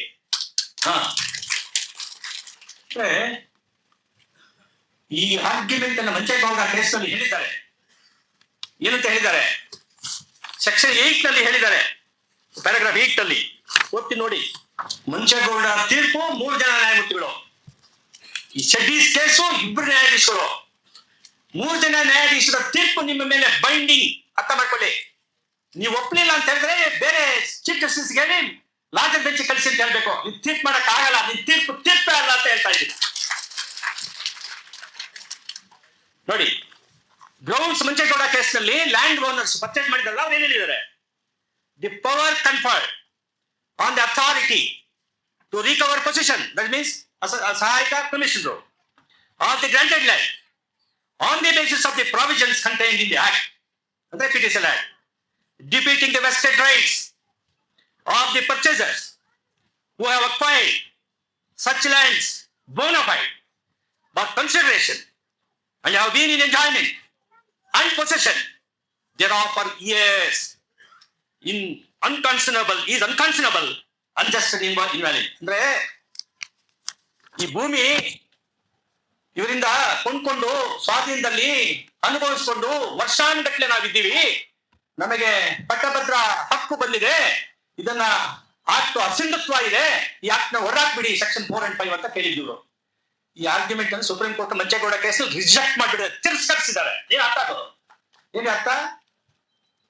ಯಾಕೆಂದ್ರೆ ಇದು ಸಾಮಾಜಿಕ ನ್ಯಾಯ ಮತ್ತು ಅಫರ್ಮೇಟಿವ್ ಡಿಸಿಷನ್, ಅಸಹಾಯಕರಿಗೆ, ದೀನದಲಿತರಿಗೆ, ಶೋಷಣೆಗೆ ಯುಗದಿಂದ ಒಳಪಟ್ಟಿರ್ತಕ್ಕಂಥ ಜನರಿಗೆ ಸಮಾನತೆಯ ಮುಖಾಂತರ ಆರ್ಥಿಕ ನ್ಯಾಯವನ್ನು ಕೊಡಬೇಕು ಅಂತಕ್ಕಂಥದಕ್ಕೋಸ್ಕರ ಈ ಕಾಯ್ದೆಯನ್ನು ಮಾಡಿದೆ ನಮ್ಮ ಜವಾಬ್ದಾರಿ ಸಂವಿಧಾನದಲ್ಲಿ ಅಂತ ಹೇಳಿ ಎತ್ತಿಡ್ತಿದೆ ಮಂಚೇಗೌಡ ಕೇಸಲ್ಲಿ ಸುಪ್ರೀಂ ಕೋರ್ಟ್ನವರು. ಈ ತೀರ್ಪನ್ನ ಅವ್ರ ಮೇಲೆ ಬೈಂಡಿಂಗ್ ಇದೆ 2 ಸದಸ್ಯ ಬೆಂಚ್ ಮೇಲೆ. ಅದನ್ನ ಬಿಟ್ಟು ಈ ಲಿಮಿಟೇಷನ್ ಅಂತ ಹೇಳಿದಾರಲ್ಲ, ಇಲ್ಲಿ ಚೆಡ್ಡಿ ಕೇಸ್, ಈ ಚೆಡ್ಡಿ ಕೇಸ್ ಇಸ್ ಪರ್ಮಿಟೋರಿಯಲ್ ಜಡ್ಜ್ಮೆಂಟ್ ಅಂತ ಸುಪ್ರೀಂ ಕೋರ್ಟ್ ಅವರು ಹೇಳಿದ್ದಾರೆ. ಸುಪ್ರೀಂ ಕೋರ್ಟ್ ಅವರು ಹೇಳಿದ್ದಾರೆ, ಲಾರ್ಜರ್ ಬೆಂಚ್ 3 ಜನ ನ್ಯಾಯಮೂರ್ತಿಗಳಿರ್ತಕ್ಕಂಥ ತೀರ್ಪನ್ನು ನೀನು ಪಾಲಿಸಲಿಲ್ಲ ಅಂತ ಹೇಳಿದ್ರೆ ನಿನ್ನ ತೀರ್ಪು ಬೈಂಡಿಂಗ್ ಅಲ್ಲ ಅಂತಕ್ಕಂಥದನ್ನ ನಮ್ಮ ಸರ್ವೋಚ್ಚ ನ್ಯಾಯಾಲಯದ ನ್ಯಾಯಮೂರ್ತಿ ತಿಳ್ಕೋಬೇಕು, ಡಿವಿಷನ್ ಬೆಂಚ್ ತಿಳ್ಕೋಬೇಕು, ಸಹಾಯಕ ಕಮಿಷನ್ ತಿಳ್ಕೋಬೇಕು, ಡೆಪ್ಯೂಟಿ ಕಮಿಷನರ್ ಹೋಗ್ಬೇಕು. ಆದ್ರಿಂದ ಸರ್ಕಲ್ ನಾವು ಇಶ್ಯೂ ಮಾಡ್ತಿದೀವಿ. ಇದು ತೀರ್ಪೇ ಅಲ್ಲ, ಇದು ಕಾಲಮಿತಿ ಹೇಳ್ತಕ್ಕಂಥದ್ದು ಅದು ಇಲ್ಲವೇ ಇಲ್ಲ. ಇದು ಅದು ಬೈಂಡಿಂಗ್ ಪ್ರೆಸಿಡೆಂಟ್ ಅಲ್ಲ ಅದು. ಆದ್ರಿಂದ ಇದನ್ನ ನೀವು ಪಾಲಿಸಬೇಕಾಗಿಲ್ಲ ಅಂತಕ್ಕಂಥ ವಿಚಾರವನ್ನ ಇನ್ನು ಮುಂದೆ ಲಾಯರ್ಗಳು ಆರ್ಗ್ಯುಮೆಂಟ್ ಮಾಡಬೇಕು. ಸರ್ಕಾರದವರು ಕೂಡ ಅಸಿಸ್ಟೆಂಟ್ ಕಮಿಷನರ್ ಡೆಪ್ಯೂಟಿ ಕಮಿಷನರ್ಗೆ ಸುತ್ತೋಲೆ ಕೊಡಬೇಕಾಗಿದೆ. ಡೈರೆಕ್ಷನ್ ಕೊಟ್ಟಿದೆ ಸರ್ಕಾರ. ಆದ್ರಿಂದ ಈ ತೀರ್ಪು ಅದನ್ನು ಫಾಲೋ ಮಾಡಿ. ಸುಪ್ರೀಂ ಕೋರ್ಟ್ ತೀರ್ಪನ್ನು ವೈಲೇಟ್ ಮಾಡಿದ್ದಾರೆ ಅಂತ ಹೇಳಿದಾಗ ನಾವು ಸ್ಪಷ್ಟಪಡಿಸ್ತೀವಿ. ಏನ್ ಸ್ಪಷ್ಟಪಡಿಸ್ತೀವಿ? ಇದೇ ರೀತಿ ತೀರ್ಮಾನ ಮಾಡಿ ನಾವು ಹೇಳಲ್ಲ. ನಾವು ಸ್ಪಷ್ಟಪಡ್ತೀವಿ. ಈ ಶೆಡಿ ಲಾಲ್ ಯಾದವ್ ಕೇಸ್ನ ಪಾಲಿಸಿ ನೇಕಂಟಿ ರಮಾಲಕ್ಷ್ಮಿ ಕೇಸ್ನಲ್ಲಿ ತೀರ್ಪು ಮಾಡಿರುವುದು ಮಂಚೇಗೌಡ ಜಡ್ಜ್ಮೆಂಟ್ ತ್ರಿಸದಸ್ಯ ತೀರ್ಪಿಗೆ ವಿರೋಧವಾಗಿದೆ ಮತ್ತು ಸೆಕ್ಷನ್ 4, ಸೆಕ್ಷನ್ 11, ಸೆಕ್ಷನ್ 6 ಗೆ ವಿರೋಧವಾಗಿದೆ.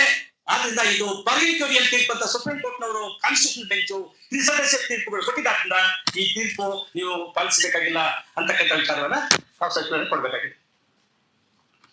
ಆದ್ರಿಂದ ಕಾಲಮಿತಿ ಇಲ್ಲವೇ ಇಲ್ಲ. ಇದಕ್ಕೆ ಅಮೆಂಡ್ಮೆಂಟ್ ಮಾಡಿದಾರಲ್ಲ, ಈ ಅಮೆಂಡ್ಮೆಂಟ್ ಸೆಕ್ಷನ್ 5(2)ಗೆ ನನಗೆ ನಮ್ಮ ವೆಂಕಟೇಶ್ ಅವರು ಆ ತೀರ್ಪನ್ನು ಕೊಟ್ಟಿದ್ದಾರೆ. ಇನ್ನೊಂದು ಮಹಾ ವ್ಯಕ್ತಿಗಳು ಇಬ್ಬರು ಸದಸ್ಯ ತೀರ್ಪು ಯಾವ ಕೇಸ್ನಲ್ಲಿ ಅಂದ್ರೆ ಗೌರಮ್ಮ ವರ್ಸಸ್ ಅಲಿಯಾಸ್ ಗಂಗಮ್ಮ ಕೇಸ್ನಲ್ಲಿ. ಇದು ರಿಟ್ ಅಪೀಲ್ 1101, 1,100,101. ಇದರಲ್ಲಿ ಇದನ್ನ ಎಕ್ಸ್ಟ್ರಾಕ್ಟ್ ಮಾಡಿದ್ದಾರೆ. ಏನಂತ? ಸೆಕ್ಷನ್ ನಾಟ್ ಸ್ಟ್ಯಾಂಡಿಂಗ್ ಎನಿಥಿಂಗ್, ಈ ಸೆಕ್ಷನ್ 5(2)ಕ್ಕೆ ತಿದ್ದುಪಡಿ ಮಾಡಿರೋದು. ನಾಟ್ ಸ್ಟ್ಯಾಂಡಿಂಗ್ ಎನಿಥಿಂಗ್ ಕಂಟೈನ್ ಏನಿಲ್ಲ. There shall be no limitation of time invoke the provisions of this Act. The provisions of Clause C shall apply to all cases pending. ನನ್ನ ಪ್ರಕಾರ, ನನ್ನ ಕಾನೂನಿನ ಅರಿವು ಪ್ರಕಾರ, ಸುಪ್ರೀಂ ಕೋರ್ಟ್ ತೀರ್ಪುಗಳ ಪ್ರಕಾರ ಈ ಅಮೆಂಡ್ಮೆಂಟ್ ತಿದ್ದುಪಡಿ ನಮಗೆ ಬೇಕಾಗೇ ಇಲ್ಲ ಅಂತ ನನ್ನ ಅಭಿಪ್ರಾಯ. ಇದು ಬೇಕಾಗೇ ಇಲ್ಲ. ಯಾಕಂದ್ರೆ ಅಸಿಂಧುತ್ವ ಅಂತ ಹೇಳುವಾಗ, ಟ್ರಾನ್ಸ್ಫರ್ ಶೂನ್ಯ ಅಂತ ಹೇಳುವಾಗ, ಅದು ಯಾವಾಗ ಬೇಕಾದ್ರೂ ನೀವು ಪ್ರಶ್ನೆ ಮಾಡಬಹುದು ಅಂತ ಹೇಳುವಾಗ ಸುಪ್ರೀಂ ಕೋರ್ಟ್ ತೀರ್ಪುಗಳು 1954 ಇಸ್ವಿಯಲ್ಲಿ ಸುಪ್ರೀಂ ಕೋರ್ಟ್ನವರು ನಲ್ಲಿಕೆ ಅಂದ್ರೆ ಏನು ಅಂತ ಹೇಳಿದ್ದಾರೆ. ಆ ನಲ್ಲಿಕೆ ಆಗಿರ್ತಕ್ಕಂಥದ್ದು ಎನಿ ಕೊಲಾಟ್ರಲ್ ಪ್ರೊಸೀಡಿಂಗ್ಸ್ ನೀವು ಚಾಲೆಂಜ್ ಅಂತ ಹೇಳಿದ್ದಾರೆ. ಅದು ಕಾಲಮಿತಿ ಹೇಳಲಿಲ್ಲ ಅವರು. Any collateral proceedings 1954 pass 1 case 319 ನಿಮ್ಗೆ ಕೊಟ್ಟಿದ್ದೀನಿ ನಾನು ಜಡ್ಜ್ಮೆಂಟ್ ನ. 319 ನಲ್ಲಿ ಹೇಳಿದ್ದಾರೆ, if the order is passed without jurisdiction, without competency, ಅಂತ ತೀರ್ಪುಗಳು ಅಸಿಂಧುತ್ವ ಪಡೀತದೆ. ನಲ್ಲಿಟಿ ಅದು ನಲ್ಲಿಕೆ ಆಗಿರುವಾಗ ಆ ನಲ್ಲಿಕೆಯ ತೀರ್ಪನ್ನು ಕೂಡ ಎಲ್ಲಿ ಬೇಕಾದ್ರೂ ನೀವು ಪ್ರಶ್ನೆ ಮಾಡಬಹುದು, ಯಾವಾಗ ಬೇಕಾದ್ರೂ ಪ್ರಶ್ನೆ ಮಾಡಬಹುದು ಅಂತಿದೆ. ಅದರಿಂದ ಆ ಅಸಿಂಧುತ್ವ ಶೂನ್ಯ ಇರ್ತಕ್ಕಂತಹ ಆ ಟ್ರಾನ್ಸ್ಫರ್ ನ ವೈಲೇಷನ್ ಆಗಿದ್ರೆ ಶೆಡ್ಯೂಲ್ ಕ್ಯಾಸ್ಟ್ ಅಂತ ನಾವು ತೋರಿಸಿದ್ರೆ ಅಷ್ಟು ಸಾಕು. ಲಿಮಿಟೇಷನ್, ಅನ್ರೀಸನಬಲ್ ಪೀರಿಯಡ್ ಇವೆಲ್ಲ ಯಾವುದು ಬರುವುದಿಲ್ಲ. ಇದು ಅರ್ಥ ಮಾಡ್ಕೋಬೇಕಾಗಿದೆ. ಇದನ್ನ ಕನ್ಸಿಡರ್ ಮಾಡದೆ ಶೆಡ್ಡಿ ಕೇಸ್ ಆಗ್ಲಿ ಅಥವಾ ಇವ್ರು ಯಮ್ಮ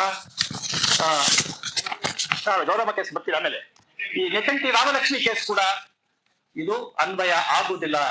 ಕಾಲಮಿತಿ ಅಂತ ಹೇಳಿರ್ತಕ್ಕಂಥದ್ದು ಅದು ಕಲಂ 4, ಕಲಂ 5, ಕಲಂ 11ಕ್ಕೆ ಹೇಳ್ತಾರೆ.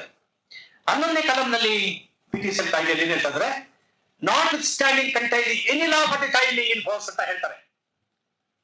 ಅಂದ್ರೆ including limitation act. Limitation act ಕೂಡ ಇದಕ್ಕೆ ಅನ್ವಯಿಸುವುದಿಲ್ಲ ಅಂತ ಅರ್ಥ. ಅದು ಇದು special enactment for the limitation act section 11. It is a code by itself. Therefore, section 4 read with section 11, question of limitation does not arise. The judgment is bad in law. It is a peremptory judgment, need not be followed by either assistant commissioner, deputy commissioner or the high court judges. Is my ನಂದು ಅಭಿಪ್ರಾಯ. ಬಹಳ ಗುರುತರವಾಗಿರ್ತಕ್ಕಂಥ ಅಭಿಪ್ರಾಯ ನಿಂದು. ಇದನ್ನು test ಮಾಡಬಹುದು, ಯಾವ ಬೇಕಾದ್ರೂ, ಯಾವ ಕೋರ್ಟ್ನಲ್ಲಿ ಬೇಕಾದ್ರೂ, ಯಾವ ಕಾಲಕ್ಕಾದ್ರೂ ಟೆಸ್ಟ್ ಮಾಡಬಹುದು. ಅದು ಅದೇ ಉಳಿಯುವುದು. ಕುರುಕ್ಷೇತ್ರ ಯುದ್ಧದಲ್ಲಿ ಧರ್ಮ ಮಾತ್ರ ಗೆದ್ದಿತು. ನಡೀತೋ ಇಲ್ವೋ ನನಗೆ ಗೊತ್ತಿಲ್ಲ, ನಾವೆಲ್ಲರೂ ಜನರು ನಂಬ್ತೀವಿ. ಕುರುಕ್ಷೇತ್ರ ಯುದ್ಧದಲ್ಲಿ ಕಣ್ಣನ ಧರ್ಮಿಷ್ಠ, ಬಹಳ ದಾನ ವೀರ ಶೂರ ಕರ್ಣ ದಾನಕ್ಕೆ ಬಹಳ ಕೃಷ್ಣ ಕೇಳ್ತಾನೆ, ನಾನು ಇಷ್ಟು ಪರಾಕ್ರಮಿ, ನಾನು ಸತ್ತು ಬಿಟ್ನಲ್ಲ ಅಂತ. ಯಾಕೆ ಸತ್ಯ ನೀನಂದ್ರೆ, ಅಧರ್ಮಿಷ್ಠನಾಗಿ ನೀನು ಅಭಿಮನ್ಯು ಕೈಯನ್ನೆಲ್ಲ ಕತ್ತರಿಸಿದಲ್ಲ, ಅದಕ್ಕೋಸ್ಕರ ನೀನು ಅದನ್ನು ಇಷ್ಟು ನೀನು ಸತ್ಯ ಅಂತ ಹೇಳ್ತಾರೆ. ಅಂದ್ರೆ ಅದರಿಂದ ನಿನ್ನ ತೀರ್ಪಿಗೆ, ಕಾಲಮಿತಿ ತೀರ್ಪಿಗೆ ಸತ್ವ ಇಲ್ಲ, ಕಾಲಿಲ್ಲ, ನಡೆಯುವುದಕ್ಕಾಗಲ್ಲ, ಮುಚ್ಚಾಗಲ್ಲ ಅಂತ ಹೇಳಿ ಸಂದರ್ಭದಲ್ಲಿ ಹೇಳ್ತಿದ್ದೀನಿ. ಇದನ್ನ ಅರ್ಥ ಮಾಡ್ಕೋಬೇಕಾಗಿದೆ. ಆಮೇಲೆ ಬಹಳ ವಿಪರ್ಯಾಸ ಅಂತ ಹೇಳಿದ್ರೆ, ಈ ಕೇಸು ಡಿವಿಷನ್ ಬೆಂಚ್ನಲ್ಲಿ ಗೌರಮ್ಮ ಗಂಗಮ್ಮ ಕೇಸ್ ಇದೆಯಲ್ಲ, ಈ ಕೇಸಿನಲ್ಲಿ ಡಿವಿಷನ್ ಬೆಂಚ್ನವರು ಈ ಅಮೆಂಡ್ಮೆಂಟ್ ಅನ್ನ ಹೇಳಿದ್ದಾರೆ. ಅಲ್ಲಿ ಅವರು ಹೇಳ್ತಾರೆ, ಈ ಕಾನ್ಸ್ಟಿಟ್ಯೂಷನಲ್ ವ್ಯಾಲಿಡಿಟಿ ಆಫ್ ಅಮೆಂಡ್ಮೆಂಟ್ ಅನ್ನ ಪ್ರಶ್ನೆ ಮಾಡಿದ್ದಾರೆ, ಸಿಂಗಲ್ ಜಡ್ಜ್ ಮುಂದೆ ಇದೆ ಅಂತ ಹೇಳ್ತಾರೆ. ಅಲ್ಲಿ ಹೇಳ್ಬಿಟ್ಟು ಆ ಸುಪ್ರೀಂ ಕೋರ್ಟ್ ಜಡ್ಜಿಗೆ ಹೋಗ್ತಾರೆ ಅವರು. ಆ ಸುಪ್ರೀಂ ಕೋರ್ಟ್ ಜಡ್ಜಿ ಯಾವುದು ಚಡ್ಡಿ ಕೇಸು ಮತ್ತೆ ನೀಕಂಠಿ ರಾಮಲಕ್ಷ್ಮಿ ಕೇಸ್ನ ಹೇಳ್ತಾರೆ. ಅದು ಹೇಳ್ತಾ ಏನು ಇದ್ದಕ್ಕಿದ್ದಾಗೆ ಇಲ್ಲಿ ಪ್ಯಾರಾಗ್ರಾಫು ನಲ್ಲಿ ಇವರು ಹೇಳ್ತಾರೆ, ಅಮೆಂಡ್ಮೆಂಟ್ ಆಕ್ಟ್ ಹೇಳ್ತಾ ಇದನ್ನು ಹೇಳಿ ಪ್ಯಾರಾ 8 ಅನ್ನ ನೀಕಂಠಿ ಲಕ್ಷ್ಮಮ್ಮ ಕೇಸ್ನ ಹೇಳ್ತಾ ಆಮೇಲೆ ಇಲ್ಲಿ ಬರ್ತಾರೆ, ಇದು Kosi river which agriculture operations impossible ಅಂತ ಹೇಳಿ, ಅದೇ ಈ ಚಡ್ಡಿ ಕೇಸ್ನಲ್ಲಿ 1951 ಕೇಸ್ ಇದೆಯಲ್ಲ, ಅದಕ್ಕೆ ಬರ್ತಾರೆ. ಅದಕ್ಕೆ ಬಂದು ಇಲ್ಲಿ ಹೇಳ್ತಾರೆ, ಇಲ್ಲಿ ಕರ್ನಾಟಕ ಡಿಸಿಷನ್ಸ್ ಎಲ್ಲಾನು ಓವರ್ ರೂಲ್ ಮಾಡಿಬಿಟ್ಟಿದ್ದಾರೆ. ಹೆಂಗ್ ಓವರ್ ರೂಲ್ ಮಾಡ್ತೀಯಪ್ಪ ನೀನು ನಿನ್ ಜಡ್ಮೆಂಟ್ ತೀರ್ಪು ಸರಿ ಇಲ್ಲ, ಅವ್ರು ಕರೆಕ್ಟ್ ಆಗಿ ತೀರ್ಪಿದೆ, ಲಿಮಿಟೇಷನ್ ಇಲ್ಲ ಅಂತ, ಅದನ್ನ ನೀವು ಓವರ್ ರೂಲ್ ಮಾಡ್ತೀಯ. ನೀನು ಹೆಂಗ್ ಮಾಡ್ತೀಯ? ನೀನು ಓವರ್ ರೂಲ್ ಮಾಡ್ಬೇಕಾದ್ರೆ ನೀನು ಬೈಂಡಿಂಗ್ ಪ್ರೆಸಿಡೆಂಟ್ ಅಂತ ಹೇಳ್ಬೇಕಲ್ಲ. ಅದಕ್ಕೆ 11 ಜನ ತೀರ್ಪಿದೆ. ಮಾಧವರಾಜ್ ಸಿಂಧಿಯಾ ಅಂತ ಮಧ್ಯಪ್ರದೇಶದಲ್ಲಿ ಮಹಾರಾಜಂದು ಕೇಸು 1971 ಇಸ್ವಿಯಲ್ಲಿ 11 ಜನ ನ್ಯಾಯಮೂರ್ತಿಗಳಿಗೆ ಹೋಗ್ತದೆ ಆ ಕೇಸು. ಅಲ್ಲಿ ಬೈಂಡಿಂಗ್ ಪ್ರೆಸಿಡೆಂಟ್ ಅಂದ್ರೆ ಏನು ಅಂತ ಹೇಳಿದ್ದಾರೆ. ಅಂದ್ರೆ ಅಲ್ಲಿ ಏನ್ ಹೇಳಿದ್ದಾರೆ ಅಂದ್ರೆ ಪ್ಯಾರಾಗ್ರಾಫ್ 232 48 ಇದೆ. ಯಾವಾಗ ಪ್ರೆಸಿಡೆಂಟ್ ಅಂತ ಹೇಳಿದರೆ ಕಾನೂನು ಸುಪ್ರೀಂ ಕೋರ್ಟ್ನವರು ಲೇ ಡೌನ್ ಮಾಡಬಹುದು ಅಂದ್ರೆ, ಅಥವಾ ಹೈಕೋರ್ಟ್ನವರು ಆ ಕೇಸ್ ನಲ್ಲಿ ಈ ಕಾಲಮಿತಿ ಅಂತಕ್ಕಂಥದ್ದು ಇಶ್ಯೂ ರೈಸ್ ಮಾಡಿರ್ಬೇಕು, ಇಶ್ಯೂ ರೈಸ್ ಆಗ್ಬೇಕು. ಕಾಲಮಿತಿನೇ ಇಲ್ಲ ಅಂತ ಹೇಳಿದಾಗ ಹೆಂಗ್ ಇಶ್ಯೂ ಆಗುತ್ತೆ? ಸೆಕ್ಷನ್ ಅಲ್ಲಿ ಕಾಲಮಿತಿ ಅಂತಕ್ಕಂಥದ್ದು ಇಲ್ಲದೆ ಇರುವಾಗ ಕಾಲಮಿತಿ ರೈಸ್ ಮಾಡಿದ್ರೆ ಅದಕ್ಕೆ ಕನ್ಸಿಡರ್ ಮಾಡೋದು ಯಾರಿಗೆ ವ್ಯಾಪ್ತಿ ಬರ್ತದೆ? ರೈಸ್ ಮಾಡಬೇಕು, ರೈಸ್ ಆಗ್ಬೇಕು, ಅಲ್ಲಿಗೆ ಬರಬೇಕು ಆ ಕೇಸ್ನಲ್ಲಿ, ಅದನ್ನ ಪ್ರಶ್ನಿಸಬೇಕು, ಅದನ್ನ ನ್ಯಾಯಾಲಯದವರು ಅದನ್ನ ಕೈಗೆ ತೆಗೆದುಕೊಂಡು ಇಶ್ಯೂ ಅಂತ ಫ್ರೇಮ್ ಮಾಡಬೇಕು. ವಕೀಲರನ್ನ ಆರ್ಗ್ಯುಮೆಂಟ್ ಮಾಡಿ ಅಂತ ಹೇಳಬೇಕು. ಆರ್ಗ್ಯುಮೆಂಟ್ ಮಾಡಿ ಅಂತ ಹೇಳಿದ ಮೇಲೆ ಕೂಲಂಕುಷವಾಗಿ ಎಲ್ಲಾ ಶಾಸನಗಳ ಸಂಬಂಧಪಟ್ಟ ಕಲಮುಗಳನ್ನ ಪರಿಶೀಲನೆ ಮಾಡಬೇಕು, ತೀರ್ಪುಗಳನ್ನ ಪರಿಶೀಲನೆ ಮಾಡಬೇಕು. ಅವೆಲ್ಲ ಮಾಡಿ ಆನ್ಸರ್ ಕೊಡ್ಬೇಕು, ಅದಕ್ಕೆ ಉತ್ತರ ಕೊಡ್ಕೊಂಡು ಹೋಗ್ಬೇಕು. ಅದೆಲ್ಲ ಮಾಡಲಿಲ್ಲ ಅಂದ್ರೆ it is not the law laid down by the supreme court of the high court ಅಂತ ಮಾಧವರಾಜ್ ಸಿಂಧಿಯಾ ಕೇಸು 11 ಜನ ನ್ಯಾಯಮೂರ್ತಿಗಳು ಹೇಳಿದ್ದಾರೆ. year 1971 supreme court page 571. Please read the judgement. ಈ ಚಡ್ಡಿ ಕೇಸ್ ಆಗ್ಲಿ, ನೀಕಂಠಿ ರಾಮಲಕ್ಷ್ಮಿ ಕೇಸ್ ಆಗ್ಲಿ, ಸೆಕ್ಷನ್ 4 ನೀನು ಕನ್ಸಿಡರ್ ಮಾಡಿದ್ಯಾ? 5 ಅನ್ನು ಕನ್ಸಿಡರ್ ಮಾಡಿದ್ಯಾ? ಸೆಕ್ಷನ್ 11 ಅನ್ನು ಕನ್ಸಿಡರ್ ಮಾಡಿದ್ಯಾ? ಜಡ್ಜ್ಮೆಂಟ್ ಏನಿದೆ ಸುಪ್ರೀಂ ಕೋರ್ಟ್ ನಲ್ಲಿ ಕಾಲಮಿತಿಗೆ ಅಂತ ಹೇಳಿದ್ಯಾ? ನಲ್ಲಿಟಿ ಅಂದ್ರೆ ಏನು ಅಂತ ಕನ್ಸಿಡರ್ ಮಾಡಿದ್ಯಾ? ಇವೆಲ್ಲ ಮಾಡ್ದೇನೆ ಈ ಕಾಲಮಿತಿ barred by limitation, unreasonable period, ಯಾವುದೋ ಅಸಂಬಂಧವಾಗಿರ್ತಕ್ಕಂಥ ತೀರ್ಪನ್ನು ಇಲ್ಲಿ ಹೇಳ್ಬಿಟ್ಟು ಸಂಬಂಧ ಇಲ್ಲ ಅಂತ ಹೇಳಿದ್ರೆ, judgment with great respect, supreme court judges, it is not the law. The law is ಯಾವುದು? Manchegowda. Law is section 4, law is section 11. Therefore, no limitation. Every case, even after any length of time, no limitation, no latches, no unreasonableness in approaching the assent commissioner. ಇದನ್ನು ಅರ್ಥ ಮಾಡ್ಕೋಬೇಕು. ಇನ್ನೊಂದು ವಿಚಾರ, suo motu power assent commission excise ಮಾಡಿದ್ರೆ ನೀನು ಅವಾಗ limitation ಬಿಟ್ಟು ನೀನು ಮಾಡಿದ್ಯಾ ಅಂತ ಹೇಳಕ್ಕಾಗುತ್ತಾ? ಆ ಲಿಮಿಟೇಷನ್ ಬಿಟ್ಟು ಮಾಡಿದ್ದೆ ಅದಕ್ಕೆ ಸುಮೋಟೋ ಪವರ್ಗೆ ಆ ಕಂಡೀಷನ್ ಇದೆಯಾ? ಇಲ್ವಲ್ಲ. ಹಾಗಾದ್ರೆ ನೀನು ಹೆಂಗೆ ಅದನ್ನು ಸೇರಿಸ್ತೀಯಾ? ಸೇರಿಸಬೇಕಾದ್ರೆ ನಿನಗೆ ಲೆಜಿಸ್ಲೇಟಿವ್ ಪವರ್ ಇದೆಯಾ? ಜಡ್ಜ್ಗೆ ಲೆಜಿಸ್ಲೇಟಿವ್ ಪವರ್ ಇದೆಯಾ? Legislative power is only to the legislative assembly members and the parliament members. Nobody has got that power. Only you can interpret the provisions of the act and the constitutional provisions. Nothing else more than that. This is the legal position. This is the constitutional position. As a former judge and responsible person, I am telling these two judgments are not the law on the question of limitation. Therefore, we are of the view. We are going to give the issue report. We will tell the government that monitor, review, give circular, tell this legal position, act them to act, expeditiously dispose of Manchegowda ಹೇಳಿದಾಗೆ ಆ ಕೇಸುಗಳನ್ನೆಲ್ಲ ತೀರ್ಮಾನ ಮಾಡಬೇಕು ಅಂತ ಹೇಳಿ ಹೇಳ್ಬೇಕಾಗುತ್ತೆ. We must also pay the review petition pending.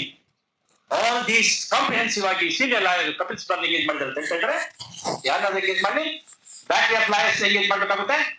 ಸಮುದಾಯ 20% ಶೇಕಡ ಇರ್ತಕ್ಕಂಥ ಜನಸಂಖ್ಯೆ ಇರ್ತಕ್ಕಂಥ ಶೆಡ್ಯೂಲ್ ಕ್ಯಾಸ್ಟ್ ಶೆಡ್ಯೂಲ್ ಜನರನ್ನ ಸಂರಕ್ಷಣೆ ಮಾಡಬೇಕಾಗಿದೆ. ಸಾಮಾಜಿಕ ನ್ಯಾಯ ಅವ್ರಿಗೆ ನೀಡಬೇಕಾಗಿದೆ.